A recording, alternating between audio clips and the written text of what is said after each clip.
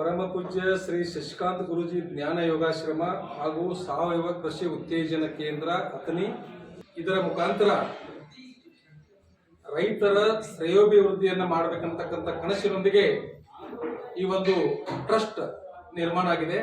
ಅದರೊಂದಿಗೆ ಈ ಕನ್ನಡ ನಾಡಿನ ರೈತರ ಕಣ್ಣೀರನ್ನು ಒರೆಸ್ತಕ್ಕಂಥ ಶಾಶ್ವತವಾದಂಥ ಒಂದು ಸಂಸ್ಥೆ, ಒಂದು ಆಶ್ರಮ, ಒಂದು ಮಠ ನಿರ್ಮಾಣ ಆಗ್ಬೇಕಂತಕ್ಕಂಥ ಎಲ್ಲ ಒಂದು ಭಕ್ತರ ಮತ್ತು ರೈತರ ಆಸೆಯನ್ನ ನಾವು ಈಡೇರಿಸಲಿಕ್ಕೆ ಹೋಗ್ತಾ ಇದ್ದೀವಿ. ಈ ಒಂದು ವಿಚಾರವನ್ನ ಶಶಿಕಾಂತ್ ಗುರುಜಿ ಅವರ ಮುಂದೆ ನಾವು ಪ್ರಸ್ತಾಪ ಮಾಡಿದಾಗ ಅವರು ಆಶ್ರಮ ಮಠಕ್ಕೆ ಅವ್ರ ಒಪ್ಪಿಗೆ ನೀಡಲಿಲ್ಲ.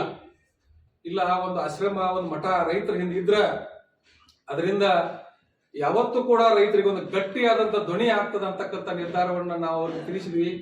ಆದ್ರೂ ಕೂಡ ಅದನ್ನ ನೋಡೋಣ, ಯೋಚನೆ ಮಾಡೋಣ ಅಂತಕ್ಕಂಥ ಮಾತನ್ನು ಹೇಳ್ತಾ ಇದ್ರು. ನಾವು ಮುಗುಳುಕೋಡದ ಶ್ರೀ ಮುರುಘರಾಜೇಂದ್ರ ಮಹಾಸ್ವಾಮಿಗಳವರ ಹತ್ತಿರ ಹೋಗಿ ವಿಚಾರವನ್ನು ತಿಳಿಸಿದಾಗ ಅವರು ಇಲ್ಲ, ಇದು ಬಹಳ ಒಳ್ಳೆಯ ವಿಚಾರ ಐತಿ, ಮತ್ತ ರೈತರಿಗೆ ಗಟ್ಟಿ ಧ್ವನಿ ಆಗ್ಲಿಕ್ಕೆ ಮತ್ತು ಈ ನಾಡಿನಲ್ಲಿ ಸಾವಯವ ಕೃಷಿ ಅಂತಕ್ಕಂಥ ಒಂದು ಏನೊಂದು ಕಾನ್ಸೆಪ್ಟ್ ಬರೀ ಹೇಳುವುದು ಬಿಡುದು ಆಗ್ತಾ ಇದೆ. ಅದನ್ನ ನಾವು ಕಾರ್ಯ ರೂಪಕ್ಕೆ ತರಬೇಕಾದ್ರ ಒಂದು ರೈತರ ಮಠ ಅಂತಕ್ಕಂಥ ಮಠ ಆಗ್ಬೇಕಂತ ಹೇಳಿ ಗುರುಗಳು ಬಹಳ ಒತ್ತಾಸೆಯಿಂದ ಸ್ವತಃ ಗುರುಗಳನ್ನ ಕರೆದ, ಇಲ್ಲ ನೀವು ಒಪ್ಕೊಂಡ ಈ ಮಠಕ್ಕ ಮಾಡ್ಲಿಕ್ಕೆ ಒಪ್ಪಿಗೆ ಕೊಡ್ಬೇಕಂತ ಹೇಳಿದಾಗ ಗುರುಗಳು ಒಪ್ಪಿದ್ರ ನಂತರ ನಾವು ಎಲ್ಲಾ ಜನ ಸೇರ್ಕೊಂಡು ಏನಪ್ಪಾ ಅಂತಂದ್ರ ಈ ಸಂಸ್ಥೆ ಇಷ್ಟ ಪ್ರಾಮಾಣಿಕವಾಗಿ ಮತ್ತ ರೈತರ ಒಂದು ಅಭಿವೃದ್ಧಿಗೆ ಕಂಕಣಬದ್ಧವಾಗಿ ಯಾವತ್ತು ನಿಲ್ತದ ಅಂತಕ್ಕಂಥ ಮಾತನ್ನು ನಾನು ಬಹಳ ವಿಶ್ವಾಸದಿಂದ ಮತ್ತ ಬಹಳ ಪ್ರಾಮಾಣಿಕತೆಯಿಂದ ಹೇಳ್ತೀನಿ. ವಿಚಾರ ಏನಪ್ಪಾ ಅಂತಂದ್ರ ನಮ್ಮ ಭಾಗದಾಗ ಒಂದು ಗುರುಗಳಿಗೆ ಅವರು ಆತ್ಮಜ್ಞಾನಿಗಳಾಗಿರೋದ್ರಿಂದ ಯಾವತ್ತು ಅವರು ಆತ್ಮಜ್ಞಾನ ಮಾಡಲಿಕ್ಕೆ ಒಂದು ಉತ್ತಮವಾದಂತ ಒಂದು ಗುರು ನಿವಾಸ ಅಂದ್ರೆ ಧ್ಯಾನ ಮಂದಿರವನ್ನು ನಿರ್ಮಾಣ ಮಾಡಬೇಕು. ಅದರೊಂದಿಗೆ ಒಂದು ಉತ್ತಮವಾದಂತ ದೇಶದಲ್ಲಿ ಅತಿ ದೊಡ್ಡ ಪ್ರಮಾಣದ ಗೋಶಾಲೆಯನ್ನ ನಿರ್ಮಾಣ ಮಾಡಿ ನಮ್ಮ ಜಗತ್ತಿನ ಎಲ್ಲ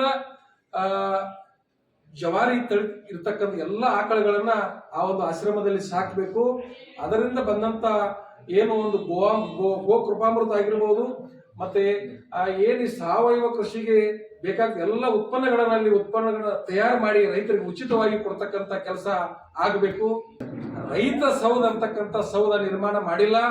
ಈ ಒಂದು ಆಶ್ರಮ, ಈ ಒಂದು ಮಠ ರೈತರಿಗೆ ಒಂದು ಸೌಧವನ್ನು ಕಟ್ಟಬೇಕು ಇಟ್ಕೊಂಡ ಎಲ್ಲಾ ರೈತರ ಕಡೆ ಹೋಗ್ಬೇಕಂತ ವಿಚಾರ ಮಾಡಿದಾಗ ನಾವು ಕೇಳ್ತಕ್ಕಂಥ ದೇಣಿಗೆ ರೈತರಿಗೆ ಬಹಳ ಭಾರನೂ ಕೂಡ ಆಗಿರಬಹುದು ಅಂತಕ್ಕಂಥ ವಿಚಾರ ಇಟ್ಕೊಂಡ ಬರೀ ನಾವು ಒಂದು ಮನೆಯಿಂದ 1008 ರೂಪಾಯಿ ನಿರೀಕ್ಷೆ ಮಾಡ್ತಾ ಇದೀವಿ. ಕಬ್ಬು ಬೆಳೆಗಾರರು ಒಂದು ಮನೆಯಿಂದ 1008 ರೂಪಾಯಿಗಳನ್ನ ಕೊಟ್ರ ಇಂತಹ ಬೃಹದಾಕಾರವಾದಂತ ಒಂದು ರೈತ ಸೌಧವನ್ನು ನಿರ್ಮಾಣ ಮಾಡಬೇಕು. ಅದರಿಂದ ರೈತರಿಗೆ ಒಂದು ಗಟ್ಟಿಯಾಗಿ ಧ್ವನಿ ಆಗ್ಬೇಕು. ರೈತರಿಗೆ ಆತರ ಅನ್ಯಾಯವಾಗಬಾರ್ದಂಗ ಒಂದು ಗಟ್ಟಿ ಧ್ವನಿ ಮಾಡ್ಲಿಕ್ಕೆ ಈ ಮಠ ನಿರ್ಮಾಣ ಆಗ್ತಾ ಇದೆ. ಮತ್ತೆ ಇದರೊಂದಿಗೆ ನಮ್ಮ ಪರಮ ಪೂಜ್ಯ ಶಶಿಕಾಂತ್ ಗುರುಜಿ ಅವರು ಬಹಳ ನಿಷ್ಕಲ್ಮಶವಾದಂತ ಒಂದು ಮನಸ್ಸು, ಅಂತ ಹೃದಯಗಳಾಗಿರ್ತಕ್ಕಂಥ ಒಬ್ಬ ಸ್ವಾಮೀಜಿಗಳಾಗಿದ್ದಾರೆ. ಅವರಿಗೆ ಈ ಒಂದು ಆಶ್ರಮ, ಅವರ ಯೋಗ, ಅವರ ಜಪ ತಪ ಧ್ಯಾನಕ್ಕೆ ಅನುಕೂಲ ಆಗಲಿ ಅಂತಕ್ಕಂಥ, ಮತ್ತೆ ಇನ್ನೂ ಬೇರೆ ಮಹಾತ್ಮರು ಬಂದಾಗ ಕೂಡ ಅವ್ರಿಗೆ ಅನುಕೂಲ ಆಗಲಿ ಅಂತಕ್ಕಂಥ ವಿಚಾರ ಇಟ್ಕೊಂಡ ಈ ಮಠ ನಿರ್ಮಾಣ ಮಾಡ್ತಾ ಇದೀವಿ. ಮತ್ತೆ ಈ ಮಠಕ್ಕೆ ನಾವೇನಂದ್ರ ಇದನ್ನ ಹೆಸರು ಹೆಂಗ್ ಕೊಟ್ಟಿವಿ ಅಂದ್ರ ರೈತ ದೇವರುಗಳ ಶ್ರೀಮಠ ಅಂತ ಹೆಸರು ಕೊಟ್ಟಿವಿ. ಯಾಕಂತಂದ್ರ ಈ ಮಠದಲ್ಲಿ ಬಂದ್ರ ನಿಮ್ಗೆ ರೈತರ ಕಾನ್ಸೆಪ್ಟ್ ಅನ್ನ ನಿಮ್ ತಲೆಯಾಗ ಬರ್ಬೇಕು. ರೈತರಿಗೆ ಒಳ್ಳೇದಾಗ್ಬೇಕಾದ್ರೆ ನಾವ್ ಏನ್ ಮಾಡ್ಬೇಕು, ಸರ್ಕಾರಗಳಿಗೆ ನಾವ್ ಏನ್ ಹೇಳ್ಬೇಕಂತಕ್ಕಂಥ ವಿಚಾರ ಇದರಲ್ಲಿ ಇರಬೇಕು. ಆತ್ಮಜ್ಞಾನ ಮತ್ತು ಈ ರೈತಕಿ ಎರಡು ಜೊತೆಯಾದ್ರ ನಾವು ಉತ್ತಮವಾದಂತ ರಾಷ್ಟ್ರ ನಿರ್ಮಾಣ ಮಾಡ್ಲಿಕ್ಕೆ ಸಾಧ್ಯ ಇದೆ ಅಂತಕ್ಕಂಥ ವಿಚಾರ ನಮ್ಮದಾಗ್ಯದ. ಅಂತ ಇದರಲ್ಲಿ ಬಹಳ ಟ್ರಾನ್ಸ್ಪರೆನ್ಸಿ ಇರ್ತದ. ನಮ್ಗೆ ಟ್ರಸ್ಟ್ ಹೆಸರಲ್ಲಿ ಅಕೌಂಟ್ ಇದೆ, SBI ದಲ್ಲಿ ಟ್ರಸ್ಟ್ ಇದೆ, ಇದು ರಿಜಿಸ್ಟ್ರೇಷನ್ ಇದೆ. ಮತ್ತೆ ಇಲ್ಲಿ ಯಾವುದೇ ಕೂಡ 100% ಇದು ಪಾರದರ್ಶಕತೆ ಇದೆ ನಮ್ಮಲ್ಲಿ. ನೀವು ಕೊಡ್ತಕ್ಕಂತ 1008 ರೂಪಾಯಿ ನೇರವಾಗಿ ಅಕೌಂಟ್ ಜಮಾ ಮಾಡ್ಲಿಕ್ಕೆ ನಾವು ಕೊಡ್ತಕ್ಕಂತ ನಾವೇನ್ ಕೊಡ್ತೀವಿ ನೀವು ರಸೀದಿ, ಆ ರಸೀದಿಯಲ್ಲಿ QR ಕೋಡ್ ಇರುತ್ತ. ನೀವು ಡೈರೆಕ್ಟ್ QR ಕೋಡ್ಕ ನೀವು ಸ್ಕ್ಯಾನ್ ಮಾಡಿಬಿಟ್ರ ಆ ರೊಕ್ಕ ಹೋಗಿ ಟ್ರಸ್ಟ್ ಬೀಳ್ತದ. ಆ ಟ್ರಸ್ಟ್ ಅಲ್ಲಿ ನಿಮ್ಗೆ ಪರಮ ಪೂಜ್ಯ ಶಶಿಕಾಂತ್ ಗುರುಜಿ ಜ್ಞಾನ ಯೋಗಾಶ್ರಮ ಅಂತ ನಿಮ್ಗೆ ಬರ್ತದ. ಅದರಲ್ಲಿ ಅದಕ್ಕಾಗಿ ಯಾವುದೇ ಕೂಡ ನಾವು ರೈತರಿಗೆ ಒತ್ತಾಯ ಮಾಡ್ತೀವಿ, ನೀವು 1008 ರೂಪಾಯಿ ಕೊಡೋದೇ ದೊಡ್ಡ ವಿಚಾರ ಅಲ್ಲ. ನೀವು ದಯವಿಟ್ಟು 1008 ರೂಪಾಯಿ ಕೊಟ್ಟು ಈ ಸಂಸ್ಥೆಯನ್ನು ಹುಟ್ಟಾಕ್ರಿ.